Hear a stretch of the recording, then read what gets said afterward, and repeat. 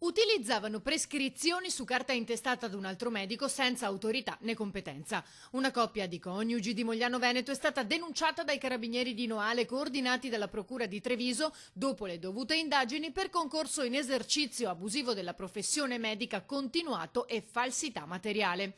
Tutto è partito con la denuncia di un noto medico chirurgo venuto a conoscenza che qualcuno utilizzava prescrizioni con la sua firma e il suo timbro.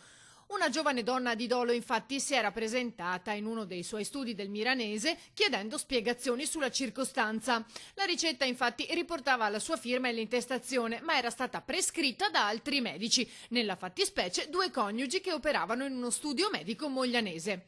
A quel punto i carabinieri hanno appurato come la coppia avesse adibito abusivamente parte della propria abitazione ad ambulatorio medico, dove ricevevano i pazienti, una trentina circa, effettuavano accertamenti e dispensavano consigli e rimedi naturali e farmacologici, anche a pazienti malati di cancro nel frattempo venuti a mancare.